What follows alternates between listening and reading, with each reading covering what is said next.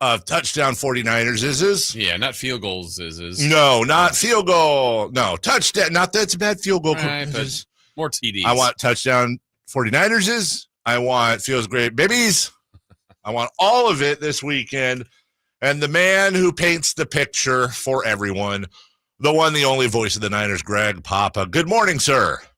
Good morning, David. It's technically touchdown San Francisco. Oh, he's but I know, right. I know. God dang it, David! I did the one in the preseason, and you were all over me with my he was homage to Don Klein. I gave you a touchdown, 49ers. You did. You did. And they scored so few touchdowns, you forgot the damn call. They should be averaging, and these aren't official stats, but I believe they should be averaging somewhere around 53 points if they just could, convert in the red zone. A game? Yes. Yeah, that's his expectation. That's I don't want any more field goals. No offense, Jake Moody. Well, do you want missed field goals or what do you want? I want extra points. That's it. Okay. I want touchdown San Francisco. Go for two. Yes. I got it. Go for two. He hasn't missed an extra point. That was Anders Carlson. Well, Jake did miss one of the Super Bowl, so I'm hoping that maybe somebody can talk to him before the game this time and tell him to lock in, because I feel like he obviously wasn't locked in, and thank goodness Debo told him to lock in, because he made that final field goal only because Debo told him to lock in. Thank you, Debo. If it was just locked in, there wouldn't have been an incident, but he told him to F and lock in. Right. So it's more than just lock it in. That's right. So I don't know. I hear what you're saying. We thought getting McCaffrey back, and Christian played great in the game, and I think it opens up. They were better on third down in this game. It opened up a lot of those third and Jawans when they were slotted together on the same side. It's so hard to cover. But they were only 1 for 3 in the red zone. And the one, Brock held the ball, what was it, 8.62 seconds, something like that. So it's not the way Kyle called it on the scramble drill to get it to George Kittle in the back corner of the end zone. A great catch by George, the Baryshnikov catch. The one time they were down there, I think the first time, and they had McCaffrey on a little wheel route over the middle. And Brock just didn't see him, and he wound up going to Ricky Pearsall out wide left, and Ricky was not really open. It was kind of a flat throw, and the corner undercut it, and then he tried to get George on third down later.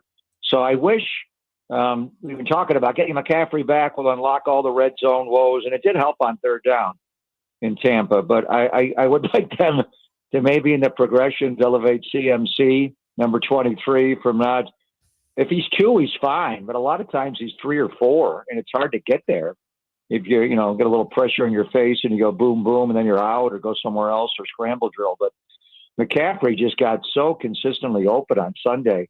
I think he would solve a lot of your issues, David. If they would get the ball to McCaffrey in the low red zone, you would have your touchdown 49ers.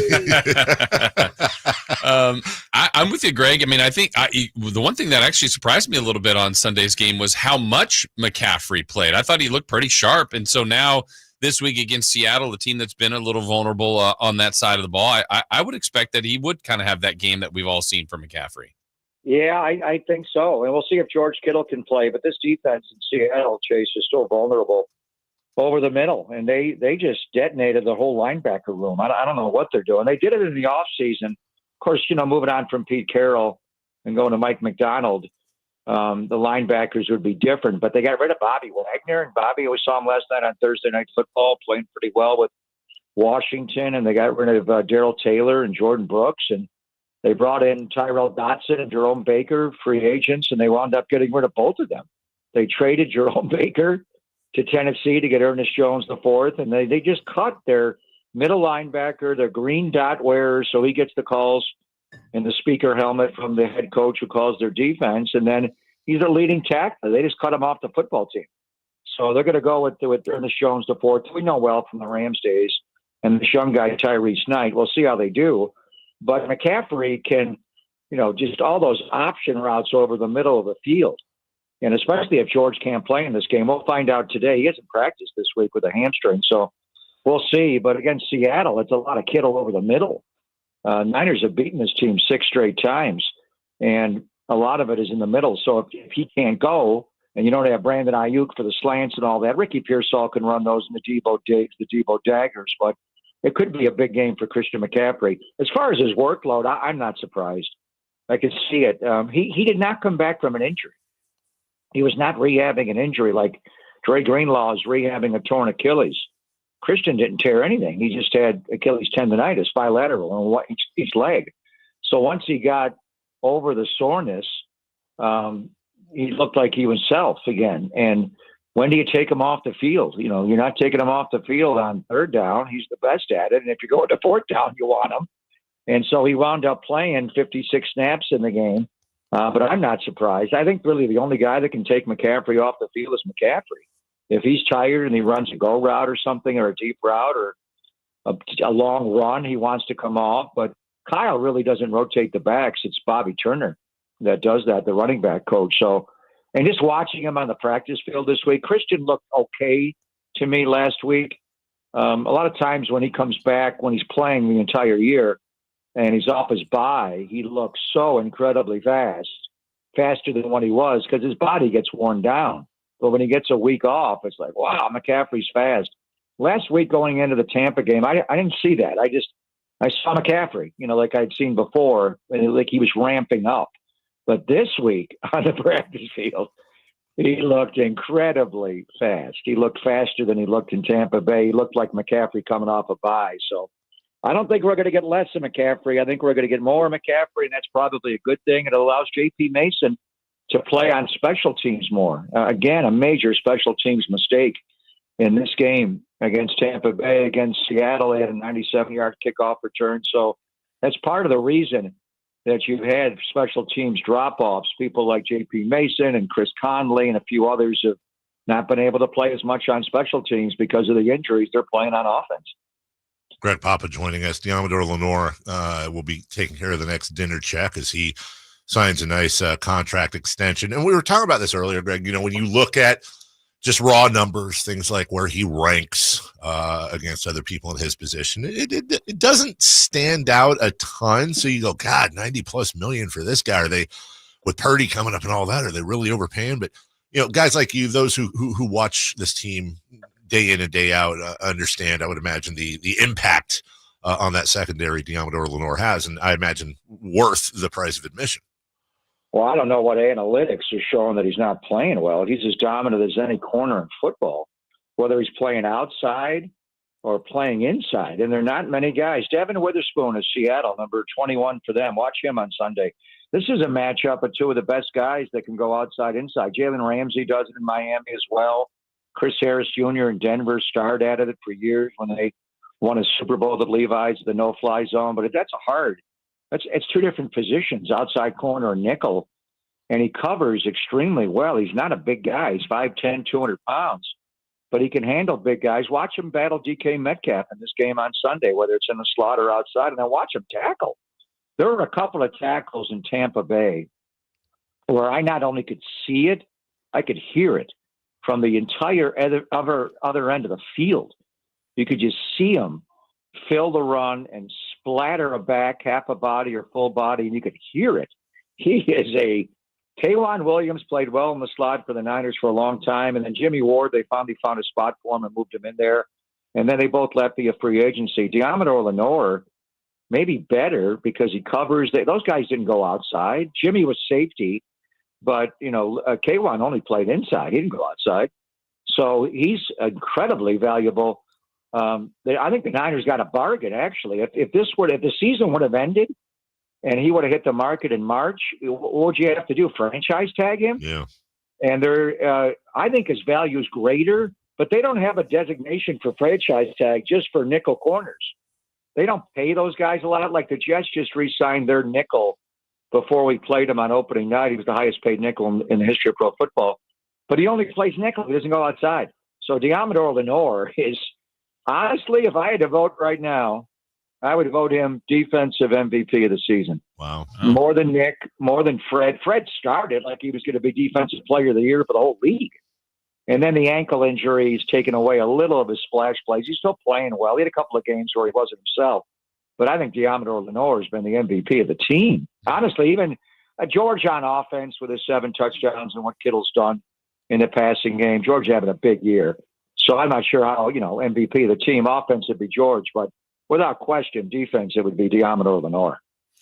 Greg, final minute here. So just a thought. What a story for Pearsall to score last week, but not just the story anymore. How important do you think he'll be for this offense the rest of the season? Well, with a Brandon Ayuk injury, and he's out the year, Chase, he's one of your top three. And the one thing was with all the injuries and Debo missing a couple of games, the calf and pneumonia, and Chris Conley in and out, and Ricky not playing, obviously, after what happened on Labor Day Saturday, getting shot. I think they've solidified the wide receiver room for now. There's always injuries coming up. So Juwan Jennings has made the move over to X wide receiver, big-bodied receiver. That's the split end. He's away from the tight end side, so he's by himself up on the line. That's where Ayuk played. And then Debo stays at Z. And then I could also go in the backfield and run the ball as a running back. And then Ricky Pearsall becomes the slot where Juwan was. He's so good in there. You don't get pressed often in there. You get a clean release. They can't double press if you put them on the same side as the Z. You can pick them if they double press. So Ricky's he's different. Sweet feet. He can run any route. But you saw it on the touchdown, that in-breaking route. And it wasn't a great ball by Brock, but he got pressure in his face. He had to get it out. It was kind of a wobbly ball, but he went up and caught it. And once he landed, he yacked. He just took off. And he had to beat Antoine Winfield Jr., arguably, along with the linebacker Levante David, Tampa's two best defenders. That guy's a first-team All-Pro. Winfield, the highest-paid safety in the history of pro football. And his dad was a hell of a player. He gave him a dead leg to freeze him and then run by him on the sideline and then extend the ball for the end zone. So that was just a little bit of it. And then on the last drive of the game, after they tied it with a field goal and you got in the Jake Moody field goal range, Ricky had two big catches on that drive, and one where the corner, McCollum, was playing him to take away the inside leverage, and Ricky still got there. He still crossed his face and got inside and made the catch from Brock. So we saw it. It's just keeping him healthy. I mean, in OTAs, mini camps, training camp, but he missed so much time. But the hamstring and the shoulder kept popping out.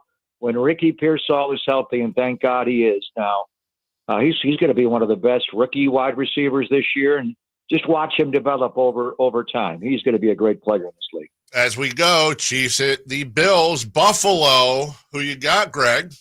You kidding me?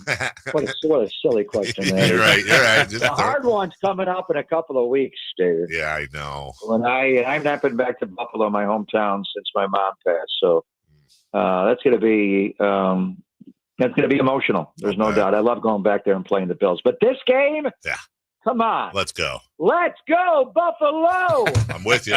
With you 100%. Have a wonderful call this weekend. I know it's been a tough week for you, Greg. It's been a tough week for us as well. You know what I'm talking about. Yeah, we always appreciate you and your talent and making time for us each and every week, my man. Thank you. Video is not going to kill the radio star. It may wound him. Right. It's not killing us. We shall survive. Yes. Touchdown, San Francisco. Looking forward to it. You got it, Dave. After all these years. See you, buddy. Thank you. Take care. Take care. Be good, James. All right, thank you. That's Greg Papa. We'll take a break when we come back. Hey, there's more than just the Niners and Seahawks.